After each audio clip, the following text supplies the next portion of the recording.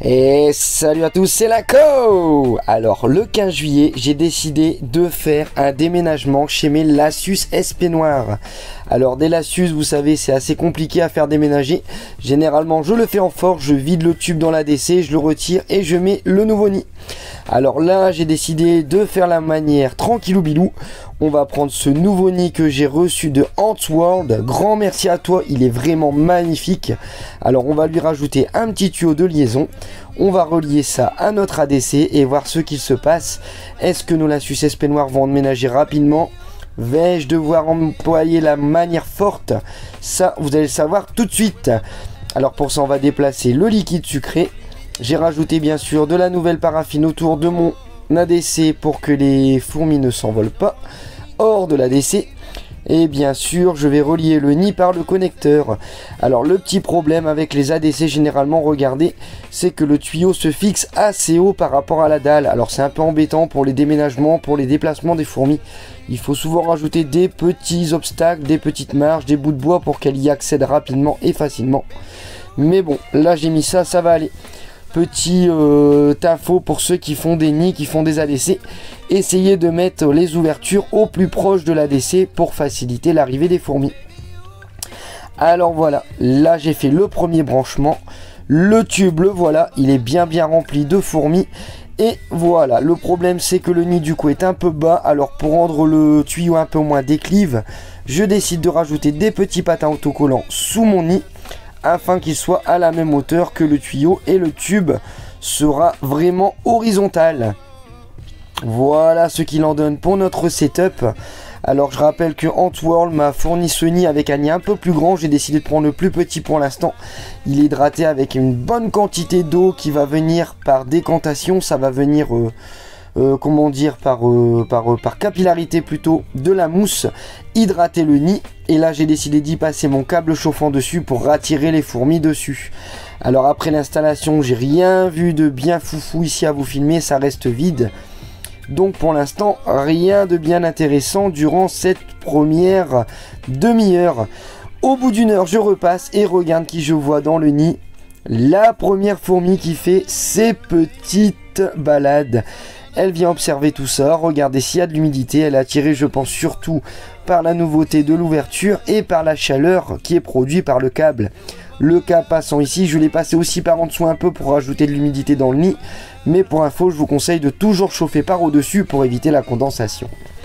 Alors ici, on peut voir la première qui s'en va revoir ses copines pour leur expliquer ce qu'elle a vu. Et regardez la demi-heure suivante ici. Regarde ici celle-ci, tu vois ce qu'elle a dans les pattes, dans les mandibules plutôt, un cocon. Donc là je me dis c'est bon, le déménagement va déjà démarrer dès le premier jour, c'est un truc de ouf. Est-ce que ça va se passer aussi rapidement? Là je vois que ça discute énormément à l'entrée du tube, ça papote, ça se tâte des antennes, mais rien de bien foufou en fait durant la première journée. Alors pour ça, il va falloir nous attendre une semaine. Une semaine plus tard, vous voyez, je leur ai bien donné des blattes. Et dans le nid, ça s'agite à chaque fois que j'ouvre, bien sûr. Mais il y a encore énormément de monde dans le tube.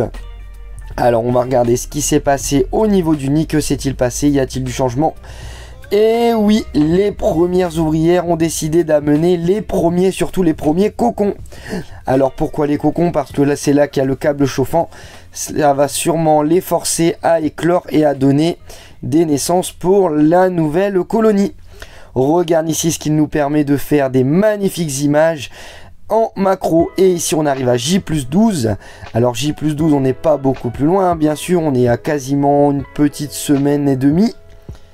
Et regarde ici, le nid il est toujours bien rempli, mais on voit qu'il y a toujours moins de cocons. Alors j'ai jamais pu voir un cocon arriver. À chaque fois que je regardais, c'était vraiment les allers-retours, mais sans couvain. Et là regarde, la totalité des cocons est arrivée dans le nid. C'est vraiment génial. Franchement, ça fait plaisir de voir ce déménagement des Lassus à la douce, à la cool. C'est plutôt pas mal. Regarde, la quasiment totalité de mes cocons est arrivée dans le nid. C'est génial. Je suis très content de ça. Un peu déçu de pas vous filmer, comme je vous dis, les allers-retours, mais bon, c'est déjà pas mal de voir que ça marche. Pour info, la totalité des cocons arrive généralement la nuit. Elles attendent le calme, la nuit, la baisse des températures, je pense, du câble.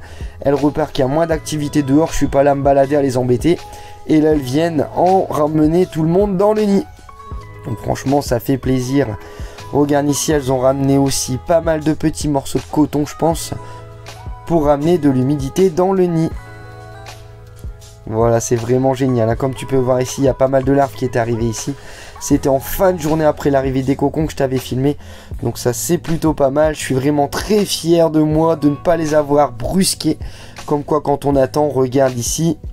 Le nid est nickel. On peut voir la grille d'aération et surtout d'humidification, pardon, qui va venir rajouter ce petit grain d'humidité dans le nid. Et on peut voir aussi les nouvelles nées. Et oui, on peut les apercevoir ici en macro, c'est ça qui est génial. Toutes les petites transparentes, quasiment blanches, c'est vraiment super à observer. Et dans les petites cavités ici, regarde, il y en a de partout. Tous les cocons sont arrivés, le couvain, les petites larves, les œufs, franchement, ça commence à arriver. Mais il me manque toujours cette reine et le petit couvain. Va-t-elle enfin arriver? Ça, c'est vraiment très difficile à prédire, hein, toujours. Mais bon, quand on voit qu'une masse de couvains arrive comme ça, on se dit que ça devrait se terminer en beauté. Voilà, je te laisse apprécier le nid et ses belles couleurs. Franchement, j'adore ce graphisme. On a l'impression d'être dans un petit vaisseau de Star Wars. C'est vraiment futuriste. Les couleurs sont nickel. L'abreuvoir se décante tout doucement. C'est vraiment génial. Je suis très fier de ce nid. Grand merci à toi, Antoine. C'est du bon taf. Allez, on continue. On peut voir ici que je leur ai rajouté une petite gamelle sucrée et à J15. Voilà, regarde ici le tube.